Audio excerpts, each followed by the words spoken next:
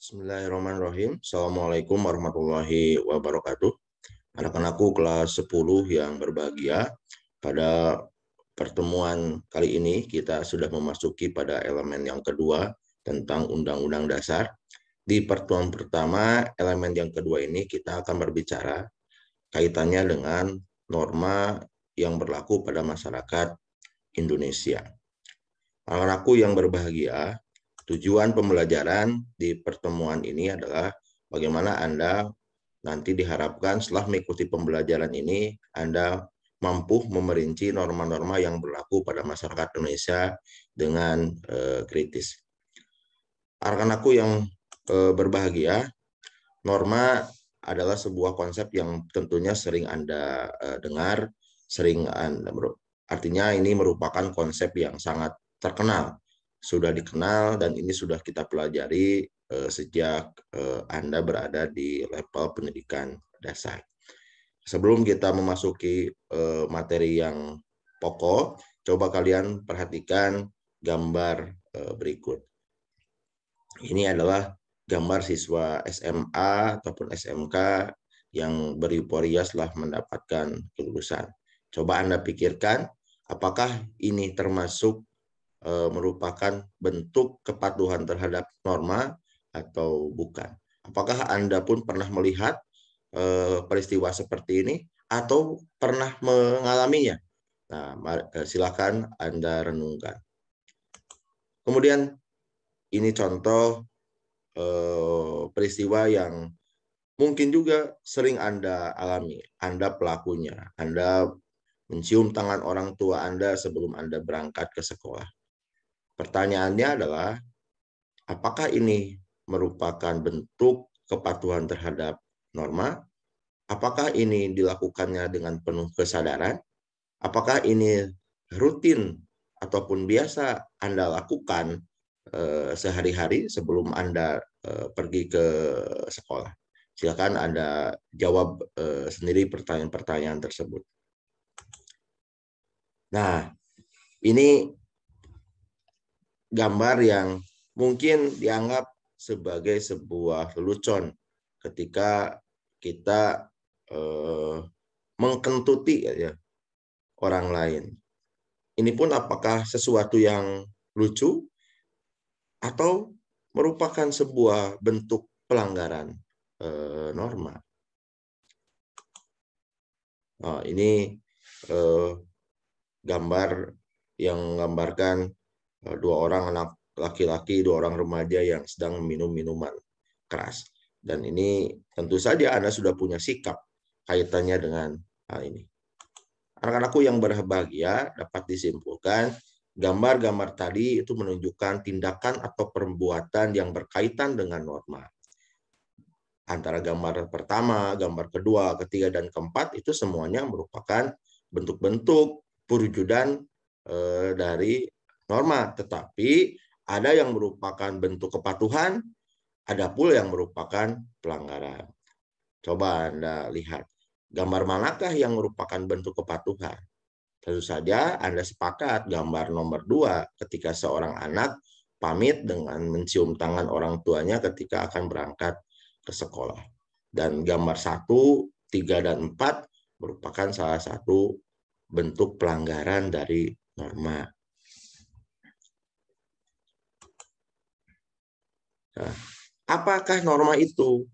Tadi saya sampaikan bahwa norma itu merupakan konsep yang populer, konsep yang tentu saja sudah Anda ketahui sejak Anda berada di jenjang sekolah dasar. Ketika SD Anda diajarkan tentang norma. Nah, sekarang apa itu norma? Mari kita lihat. Jadi, norma itu merupakan kaidah atau aturan yang harus dipatuhi oleh setiap manusia dalam menjalankan berbagai aktivitas kehidupannya dalam kehidupan di keluarga, masyarakat, maupun kehidupan berbangsa dan bernegara. Nah, tadi disebutkan norma itu merupakan kaidah. Ketika berbicara kaidah, bahwa di norma itu tentu saja satu ada yang namanya perintah dan larangan. Ada perbuatan yang dianjurkan ataupun yang diwajibkan untuk dilakukan. Tentu saja juga ada hal-hal perbuatan atau sikap yang tidak diperbolehkan. Nah, norma ini karena merupakan kaidah, tentu saja norma itu bertujuan untuk mengatur pergaulan manusia dalam berbagai lingkungan kehidupan, baik di keluarga, masyarakat, kehidupan berbangsa, dan bernegara. Jadi subjek dari itunya adalah manusia. Supaya apa? Supaya apa norma itu diadakan? Supaya terwujudnya ketertiban dalam kehidupan masyarakat. Sehingga ketika masyarakat itu tertib, semua kepentingan masyarakat, semua kepentingan individu atau kepentingan anggota masyarakat itu akan dapat terlindungi ketika norma sebagai kaidah kehidupan di masyarakat itu bisa dipatuhi, bisa dipenuhi, atau bisa diwujudkan oleh setiap anggota masyarakat. Nah, pertanyaannya, apakah norma dan peraturan itu sama atau beda? Karena tentu saja selain ada konsep norma, Anda pun tentu pernah ataupun sering mendengar konsep peraturan. Apakah itu sama atau beda? Nah, jawabannya berbeda. Nah, apa perbedaannya? Nah, pertama, untuk peraturan itu mempunyai arti yang lebih luas. Kemudian aturan-aturan yang mengatur perilaku atau perbuatan, aturan-aturan itu mengatur perilaku perbuatan kita. Nah, biasanya peraturan itu tertulis dan bagi yang melanggar ada sanksinya atau hukumannya. Bagi yang melanggar akan dikenakan sanksi yang tegas. Misalnya peraturan lalu lintas. Peraturan lalu lintas. Nah, sedangkan norma itu merupakan ukuran perilaku baik atau buruk dan pantas atau tidak pantas. Biasanya norma itu disesuaikan dengan kebiasaan atau adat istiadat masyarakat setempat. Jadi normanya orang Sunda secara khusus itu berbeda dengan orang dari suku Batak. Berbeda dengan peraturan lalu lintas. Dimanapun berada, itu sama seperti itu. Ketika lalu lintas misalnya ketika lampu merah, ya semuanya berhenti. Baik ketika ada di wilayah suku Sunda ataupun di Batak, ketika berlalu lintas mendapatkan lampu merah menyala, ya semuanya harus berhenti. Nah, itu berbeda. Nah, norma juga dipengaruhi oleh keyakinan agama yang dianut oleh warga. Jadi unsur-unsur agama, ajaran-ajaran agama sangat mempengaruhi bentuk kaidah atau isi kaidah dari norma tersebut. Berbeda dengan peraturan. Kalau peraturan itu tidak dipengaruhi, artinya bersifat universal. Aturan lalu lintas itu berlaku untuk semua agama.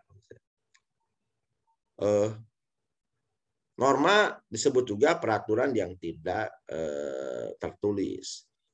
Jadi pada umumnya norma itu karena timbul dari kebiasaan masyarakat yang dijadikan sebagai landasan di kemudian harinya, maka biasanya norma itu tidak tertulis. Berbeda dengan peraturan.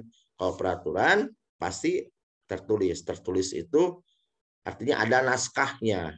Ada naskahnya, ada yang nanda tanganinya, ada penanggung jawab ataupun ada yang menyusun dari peraturan itu. Nah, contoh norma misalnya kewajiban menghormati orang tua, kemudian berbicara yang sopan kepada yang lebih tua. Nah, itu contoh dari norma.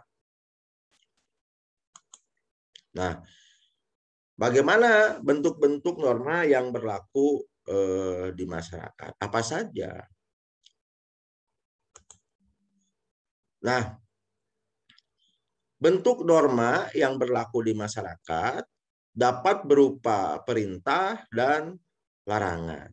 Tadi Bapak sampaikan di awal bahwa karena norma itu merupakan kaidah, sudah barang tentu isinya adalah perintah dan larangan.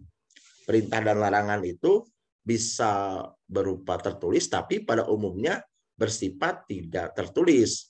Dengan kata lain, bahwa perintah dan larangan itu muncul dari kebiasaan yang dianggap baik, dan ketika masyarakat itu melanggar kebiasaan tersebut, maka ada perasaan bersalah atau dianggap merupakan sebuah kesalahan.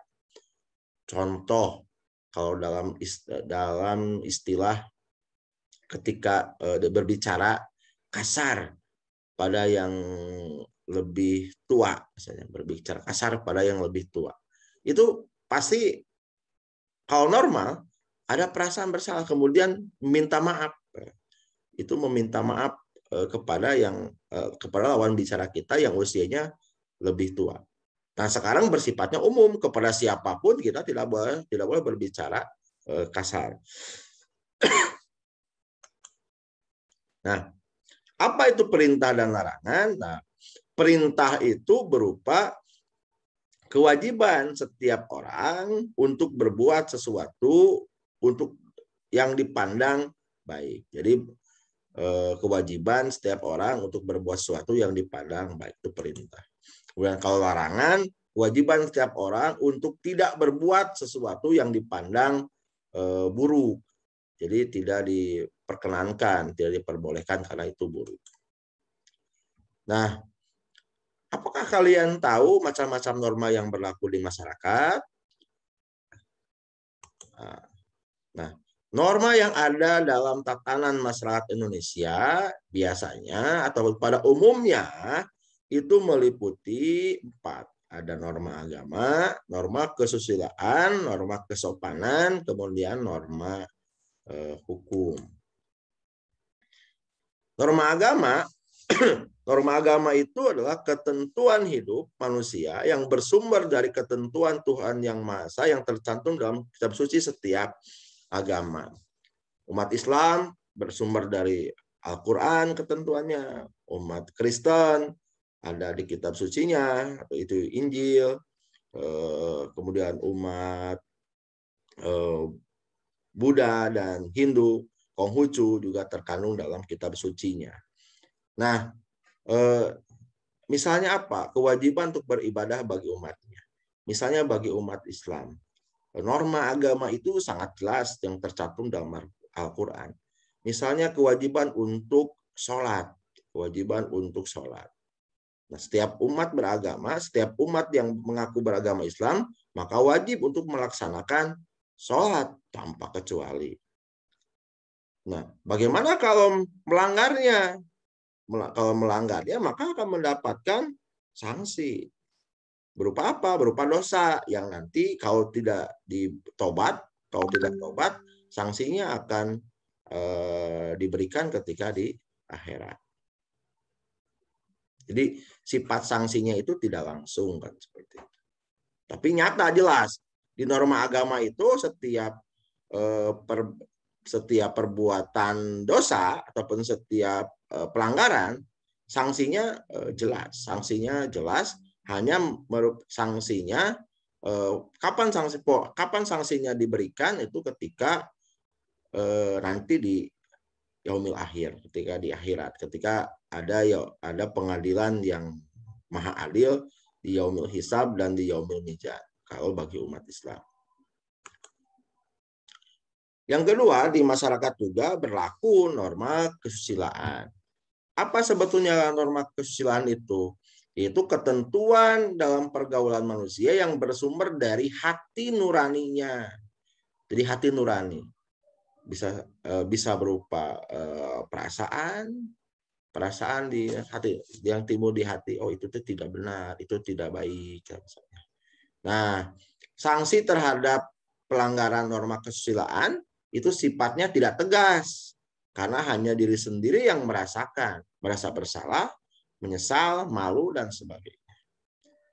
Contoh, kewajiban untuk berkata jujur setiap kali bergaul dengan orang lain.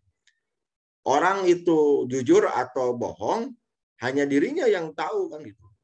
Kita tidak ketika berbicara dengan orang lain perihal perkataan kita itu bohong atau tidak, itu hanya kita yang tahu kan gitu. Hanya kita yang tahu dan Tuhan. Nah, pasti kalau itu melanggar norma itu bohong. Akan ada muncul penyesalan. Oh, saya sudah berbohong. Saya berbohong kepada lawan bicara saya. Padahal saya tidak melakukan itu kan. Padahal saya tidak melakukan apa yang saya katakan. Maka timbullah penyesalan. Jadi itu ada di hati nurani kita. Apakah pantas tidak berbicara seperti itu? Misalnya itu adalah di hati nurani. Jadi perbedaannya, kalau norma agama itu bersumber dari ketentuan Tuhan yang terdapat dalam kitab suci setiap agama, kalau norma kesusilaan itu bersumber dari hati nuraninya. Dan norma kesusilaan itu selalu melekat dalam hati setiap manusia. Nah, kemudian bagaimana dengan norma kesopanan? Apa perbedaannya dengan norma kesusilaan? Nah, norma kesopanan adalah ketentuan dalam kehidupan manusia yang timbul dari hasil pergaulan manusia di dalam masyarakat. Artinya, bisa dengan kata lain dapat dikatakan bahwa norma kesopanan itu bersumber dari kebiasaan baik yang timbul dalam masyarakat. Nah, ada persyarat. Kapan sebuah kebiasaan itu dikatakan sebagai sebuah norma? Ada dua syarat. Nah, kebiasaan itu yang pertama, bahwa kebiasaan itu berisi perbuatan yang berulang-ulang dilakukan. Syarat pertama. Yang kedua, kebiasaan itu apabila perbuatan tersebut tidak dilakukan, maka akan muncul perasaan bersalah dari si pelakunya atau dipandang salah oleh orang lain. Jadi dalam norma kesopanan itu bersumber dari kebiasaan, di mana kebiasaan itu dipandang sebagai sebuah norma tatkala berisi perbuatan yang akan berulang-ulang, dan ketika meninggalkan perbuatan itu menimbulkan perasaan bersalah dan dipandang salah oleh orang lain karena berlakunya bersifat umum. Nah, sanksi terhadap pelanggaran norma kesopanan ini sifatnya tidak tegas, tetapi dapat diberikan oleh masyarakat dalam bentuk celaan, cemoohan, atau pengucilan dalam pergaulan. Misalnya kewajiban untuk menghormati orang tua, tidak menyinggung perasaan orang tua, mematuhi nasihat orang tua. Nah, kait-kaitkan dengan gambar yang tadi, gambar nomor 3, ketika seseorang mengentuti orang lain, itu merupakan salah satu bentuk pelanggaran norma kesopanan. Itu pelanggaran norma kesopanan. Nah, biasanya akan muncul cemoohan, celaan. Awas, jangan bergaul dengan orang itu karena suka kentut sembarangan. Nah, itu misalnya itu celaan kan. Karena apa? Mengentuti orang lain itu salah satu bentuk hal yang tidak sopan dan melanggar kebiasaan.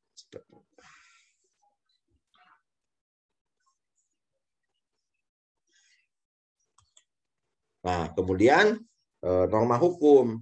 Nah, norma hukum adalah aturan yang dibuat dan ditetapkan oleh badan yang berwenang mengatur manusia dalam kehidupan berbangsa dan bernegara, berisi perintah, larangan. Nah, jadi bedanya dengan 3 norma yang lainnya, kalau norma hukum itu dibuat oleh lembaga yang berwenang, bersifat memaksa. Dibuat lembaga yang berwenang itu artinya bahwa lembaga tersebut berhak mempunyai kewenangan untuk membuat aturan tersebut. Misalnya di sekolah